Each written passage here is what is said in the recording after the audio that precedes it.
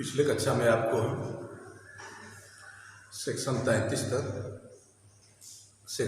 धारा 33 तक की पर चर्चा कर चुके हैं, जो सामान्य रूप से परिभाषा खंड है। इसी के परिप्रेक्ष्य में हम आगे बढ़ते हैं, जो भारतीय दंड संहिता का एक मूल बेस है,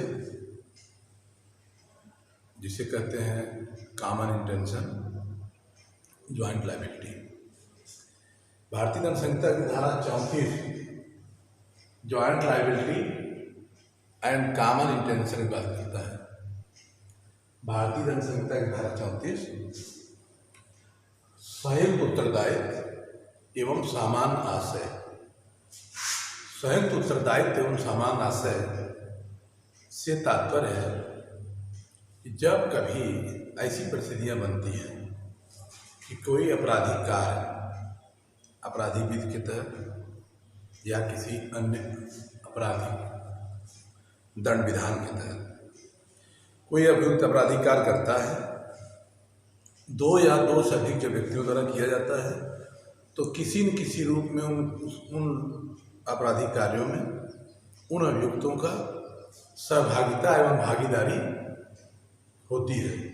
उसी भागीदारी सहभागिता को सुनिश्चित करने के लिए, उसी भागीदारी सहभागिता को विधिक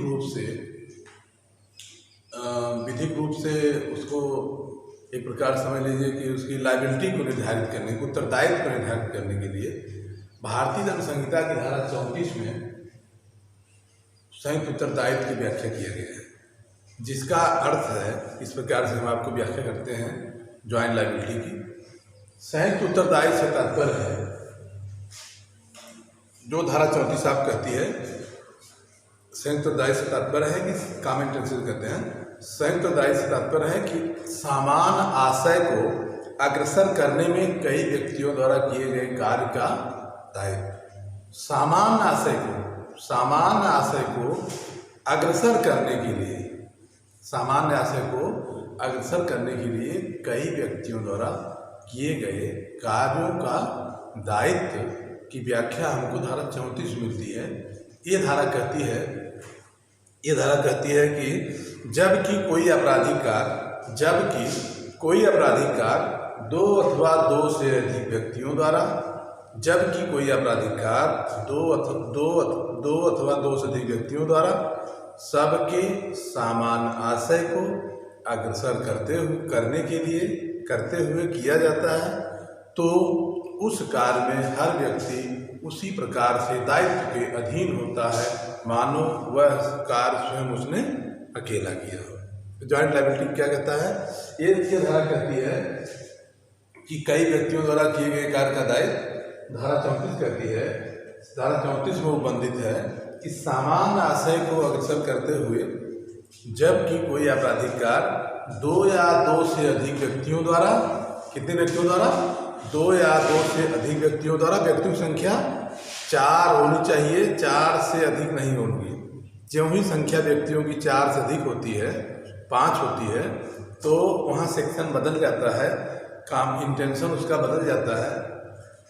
वहाँ जो समान आशय है, व्यक्तियों की संख्या 5 से अधिक होती है, 5 से 5 अधिक होती है, तो कॉमन इंटेंशन जगह हो जाएगा कॉमन ऑब्जेक्ट, समान आशय जगह हो जाएगा समान उद्देश्य।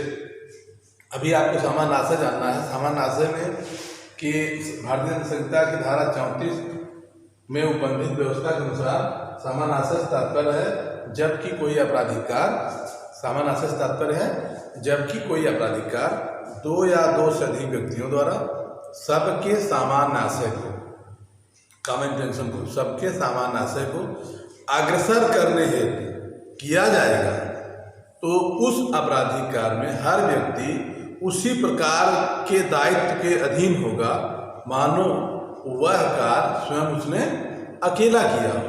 अर्थात ये धारा कहती है कि ज्वाइंट लायबिलिटी की बात करती है, संयुक्त दायित्व बात करती है। ये धारा कहती है कि जबकि कोई आपराधिक कार्य दो या दो से अधिक व्यक्तियों द्वारा सबके सामान्य आशय को, सबके सामान्य आशय तात्पर्य है जो व्यक्ति हैं उस आपराधिक कार्य में संलिप्त, उनके सबके सामान्य आशय को अग्रसर करते हुए किया जाएगा, तो उस कार्य में हर व्यक्ति उसी प्रकार दायित्व का अधीन होगा।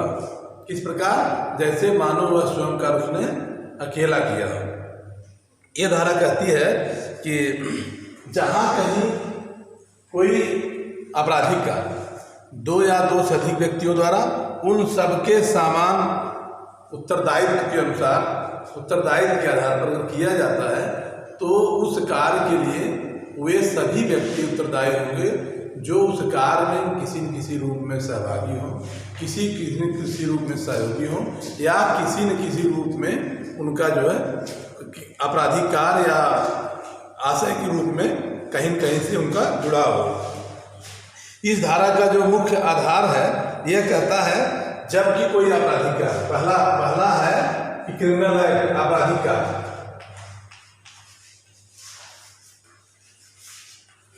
आपराधिक कार्य क्रिमिनल एक्ट कहते हैं। आपराधिक कार्य से तात्पर्य है कि कोई भी आपराधिक कार्य, जबकि कोई आपराधिक कार्य किया जाए, कब? जब कोई आपराधिक कार्य दो या दो से अधिक व्यक्तियों द्वारा सबके सामान्य आशय को अग्रसर करते हुए किया जाएगा, तो वह आपराधिक कार्य कई व्यक्तियों द्वारा किया जाएगा। जबकि कोई आपराधिक कार्य कई व्यक्तियों द्वारा सबके सामान्य आशय को, धारा 34 कहती है जबकि कोई आपराधिक कार्य कई व्यक्तियों द्वारा, दो या दो से अधिक अर्थात कई व्यक्तियों द्वारा, अर्थात कई व्यक्तियों द्वारा सबके सामान्य आशय को अग्रसर करने में किया जाएगा। आपराधिक कार्य से तात्पर्य है कोई आपराधिक कार्य जो भारतीय दंड संहिता की धारा 34, भारतीय दंड संहिता की धारा 31 में कार्य लोप की व्याख्या बताई गई, परिभाषा बताई है, उसी का तात्पर्य है। आपराधिक कार्य मतलब है वह कार्य जो किसी विधि विधान में, किसी कानून में अपराध है। अगर अपराध कहीं न कहीं अपराध है तो आपराधिक कार्य वो है। आपराधिक कार्य कई व्यक्तियों द्वारा सबके समान आशय को अग्रसर करते हुए किया जाए, कई व्यक्तियों द्वारा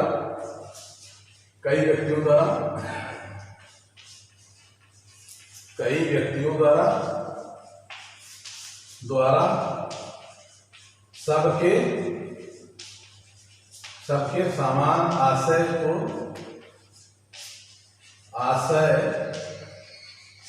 अग्रसर करने में किया जाए, को अग्रसर करने में किया जाता है।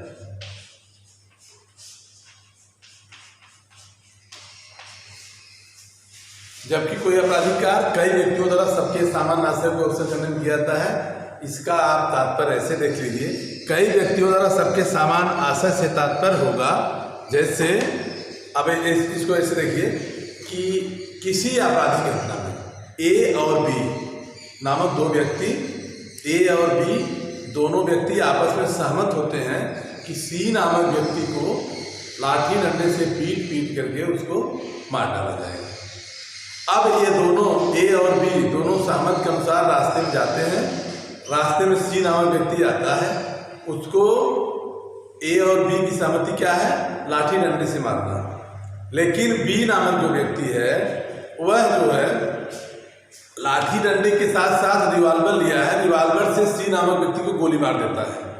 तो यहाँ पर कई व्यक्तियों द्वारा सबके समान आशय का जो तात्पर्य है कि कई व्यक्तियों द्वारा सबके समान आशय से तात्पर्य है, यहाँ समान आशय भिन्न हो जाता है। आशय भिन्न होगा, जैसे उस आशय जो भिन्न आशय है उस आशय के अनुरूप किए गए कार्य के लिए उत्तरदायित्व भिन्न हो जाएगा। जैसे पहले यहाँ प्री प्लान था, पूर्ण योजना क्या थी? धारा 34 के लिए आवश्यक है प्री प्लान हो, पूर्ण योजना हो, आपराधिक कार्य हो, आपराधिक कार्य कई व्यक्तियों द्वारा हो और सबके समान आशय के लिए हो। धारा 34 तब लागू होगी जब कोई आपराधिक कार्य जो किया जा रहा है, आपराधिक कार्य किया जा रहा है वो प्री प्लान हो, पूर्व नियोजित योजना हो, मीटिंग ऑफ माइंड हो, मस्तिष्क का मिलन हो, कहीं न कहीं उस आपराधिक कार्य को करने के लिए पहले से प्री प्लान बन गया था। प्री प्लान के तहत योजनाबद्ध तरीके से, योजनाबद्ध के तहत जब कोई आपराधिक कार्य किया जाता है उस कार्य में हर व्यक्ति उसी प्रकार दायित्व का अधीन होगा मानव कार्य स्वयं उसने अकेला किया हो। यहाँ हम जो बता रहे हैं आपको, ए और बी नामक दोनों व्यक्ति आपस में सहमत होते हैं, सी नामक व्यक्ति आएगा उसको लाठी से मारा जाएगा। ए और बी की सहमत के अनुसार रास्ते में जाते हैं, सी नामक व्यक्ति जहीं उधर से आता है और बी ने रिवाल्वर से गोली मार देता है, जिससे सी की तुरंत मृत्यु हो जाती है। यहाँ पर ए और बी दोनों अलग अलग कार्य के लिए उत्तरदायित्व होंगे, हालांकि कॉमन इंटेंशन उनका एक है, कॉमन इंटेंशन उनका, सामान्य आशय उनका एक है, लेकिन आशय से भिन्न कार्य किया जा रहा है। आशय पहले से क्या था कि गोली नहीं मारना बल्कि लाठी डंडे से मारना है, लेकिन वहाँ आशय से भिन्न हुआ। लेकिन अब यहाँ देखिए, ए और बी जिस समय बात कर रहे थे फला आदमी को मारा जाएगा लाठी डंडे से, यदि उस समय जिसमें बात कर रहे थे ए और बी, उस समय बी के पास रिवॉल्वर था, जिस बात की जानकारी ए को थी, बी के पास रिवॉल्वर था और रिवॉल्वर उसके पास था, इस बात की जानकारी ए को थी कि रिवॉल्वर से भी गोली मार सकता है।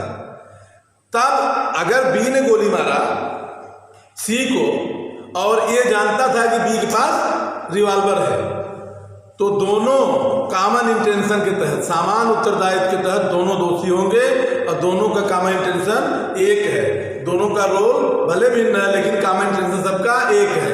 अगर रोल भिन्न है और कॉमन इंटेंशन एक है और उस कॉमन इंटेंशन के अनुरूप कार्य का परिणाम हुआ है, तो संयुक्त उत्तरदायित्व के आधार पर, ज्वाइंट लायबिलिटी के आधार पर, सेक्शन 34 के आधार पर दंडित किए जाएंगे।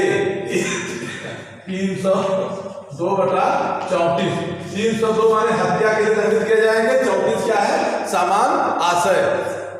कई व्यक्तियों द्वारा सबके सामान आशय को अग्रसर करते हुए कोई आपराधिक कार्य किया जाएगा, तो हर व्यक्ति उस कार्य में उसी प्रकार दायित्व के अधीन होगा मानो वह कार्य स्वयं उसने अकेला किया। धारा 34 क्या कहती है? धारा 34 कहती है, जबकि कोई आपराधिक कार्य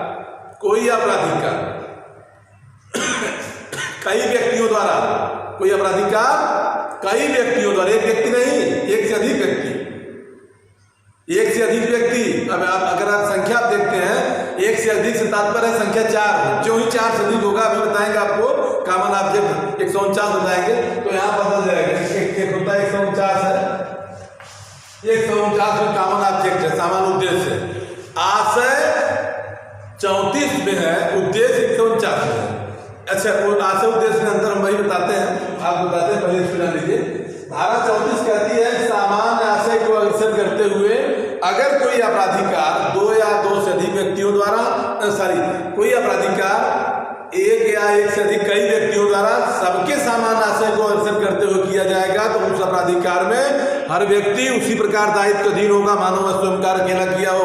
इसको कहते हैं ज्वाइंट लायबिलिटी, इसको कहते हैं संयुक्त उत्तरदायित्व। क्या कहेंगे? Joint liability. ज्वाइंट लायबिलिटी मतलब तात्पर्य क्या है? आपका उत्तरदायित्व एक ही था। अभी जैसा आपको पता है, ए और बी दोनों सहमत होकर सी गोली मारने, लाठी से मारने के लिए कहते हैं, अगर वो छिपा करके, बी ने छिपा कर, सपोज करिए इस केस में बी ने छिपा के रिवॉल्वर लेकर जाकर वहां गोली मार दिया और उस समय सहमति जब हुई थी लाठी से मारने की, तो ए उत्तरदायित्व हत्या के लिए नहीं होगा बल्कि इंजरी के लिए होगा। वहाँ क्या है कि लाठी मारा लेकिन वो इंजरी कारित करना था, लेकिन बी ने गोली मार दिया। लेकिन परंतु यदि ए जानता था कि बी के पास रिवॉल्वर है और मारपीट के समय या मारते समय गोली मार सकता है, गोली भी मार सकता है, ऐसी परिस्थितियों में वह क्या हो जाएगा?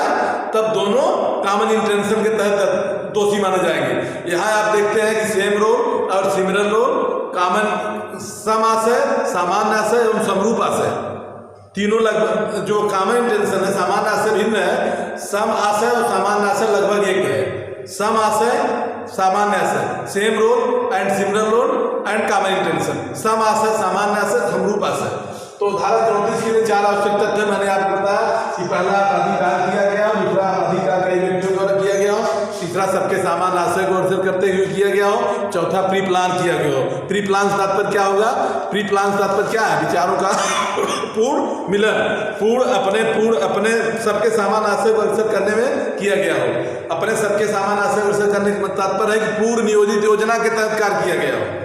अपने सबके सामान्य आशय को अग्रसर करने में किया गया, इसका क्या मतलब होगा? इसका मतलब प्री प्लान, पूर्व नियोजित योजना के अनुसार अगर कोई कार्य किया जाता है तो धारा 34 लागू होगी।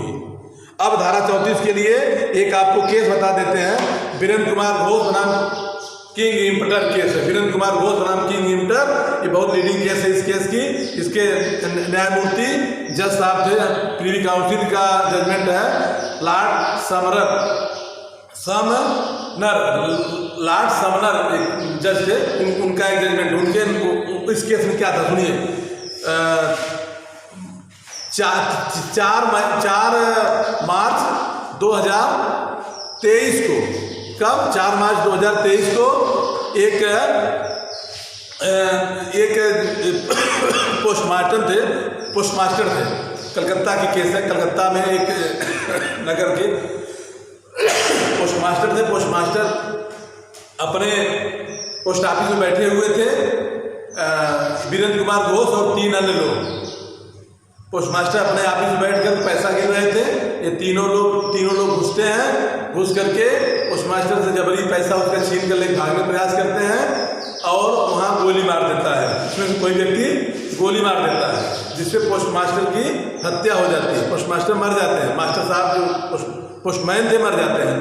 अब पोस्टमैन मर जाते हैं, तीनों लोग भाग जाते हैं। वीरेंद्र घोष बाहर खड़े थे, दरवाजे पर, गेट के बाहर दरवाजे पर खड़े थे और उनको पुलिस क्या करती, इनके जो कर्मचारी थे, पोस्ट ऑफिस कर्मचारी, दौड़ाकर वीरेंद्र को पकड़ लेते हैं मौके पर और उनके पास रिवॉल्वर बरामद होता है। वीरेंद्र ने कहा कि मैंने हत्या नहीं किया, मैं केवल साथ गया था और साथ जाना मेरी मजबूरी था। तीनों लोग कह रहे तुम भी चलो साथ में, मैं भी गया था और मैंने गोली नहीं चला। मेरी गोली से पोस्टमास्टर साहब मरे नहीं हैं, ठीक। लेकिन प्रीवी काउंसिल ने इनका ये तर्क था कि मैं सिर्फ बाहर खड़ा था, खड़ा होने के नाते मुझे दोषी न बनाया जाए, मुझे हत्या के लिए दंडित 302/34 हत्या और सामान्य आशय के लिए दोषी ठहराने की बात की, दोषी ठहराया जाए। लेकिन यहाँ पर क्या हुआ कि ये जो है वीरेंद्र कुमार घोष और अन्य लोगों का जो तर्क था, कलकत्ता हाई कोर्ट ने उसको जो है, कलकत्ता उच्च न्यायालय ने उसको दोषी माना। इनको 302 के तहत उनको दोषी माना। अब ये मामला जाता है प्रीवी काउंसिल ने